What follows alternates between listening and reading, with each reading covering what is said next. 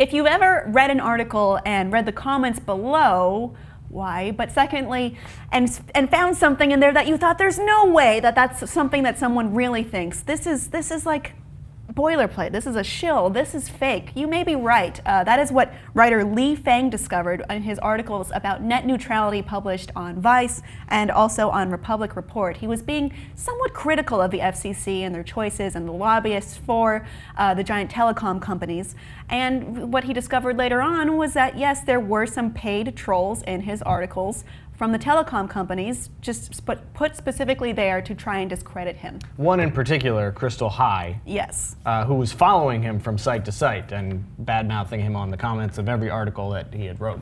Pretty much. So she is from a website called Politic365, which was incubated by Minority Media Telecommunications Council, was created last year by the Center for Public Integrity, and they found that they took huge checks from telecom giants to mobilize African American and Latino readers into supporting industry priorities, such as tearing down net neutrality, and also convincing people that conglomerations like the NBC-Comcast merger, the Time Warner Cable-Comcast merger, were good things for minorities. Yeah!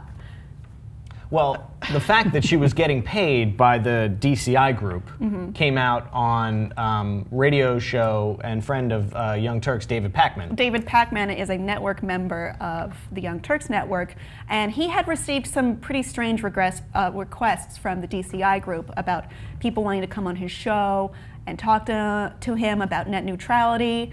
And he looked into it and found that DCI was behind. Well, DCI had been paying certain people and had been paid by telecom companies. So he had Crystal High on his show, and he straight out asked her, are individuals like you and Everett Ehrlich, are you paid by the DCI? And she pretty much said, not really, but yes.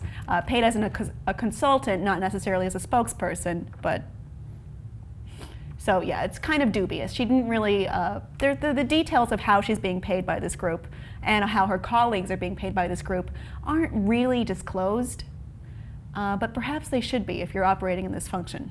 Well, especially in a public forum. And this is kind of scary, but it's also not that surprising because it's very similar to that new type of advertising where the companies will basically buy an article in the New York Times and you'll read this article. Oh, and native advertising. Native I there you too go. have seen that John Oliver report. Yeah.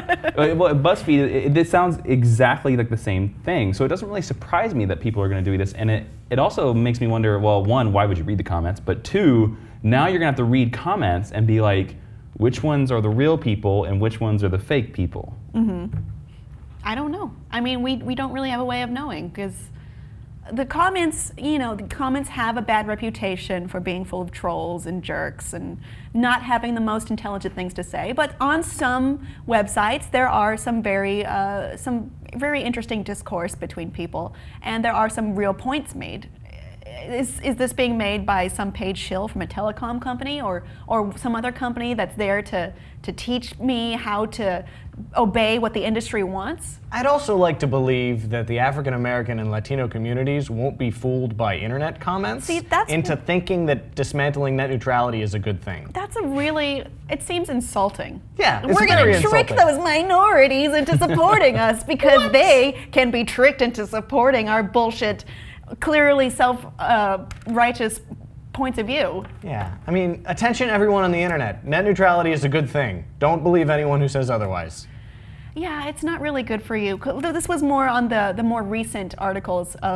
These articles were on the more recent events of giving certain companies fast lanes for the internet, which would thereby slow down other sites that could not afford that kind of thing, which would really destroy the internet as we see it as it is now.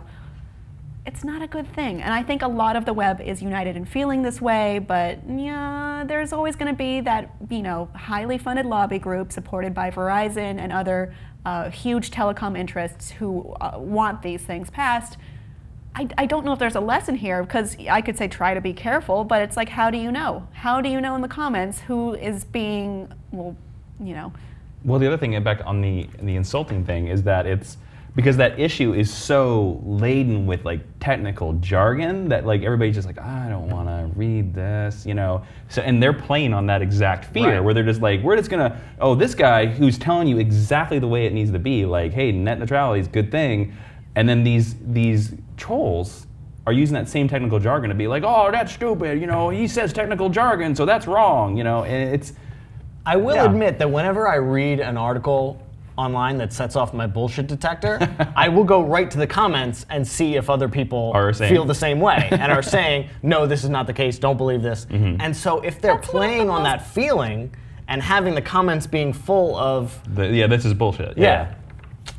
It might work for some people, I guess. It might work. That's kind of the main appeal for me on Reddit. I have it on good authority that all of the comments on our videos that don't like me are being paid. No. By my enemies. Okay, so this is a troubling resurgence or trend that might happen. I'm glad that he discovered or looked into what was going on, and I'm glad that David Pacman did the same. Can you trust the comments besides the obvious reasons why you shouldn't? Let us know below in these comments, and please be nicer to Tim and subscribe.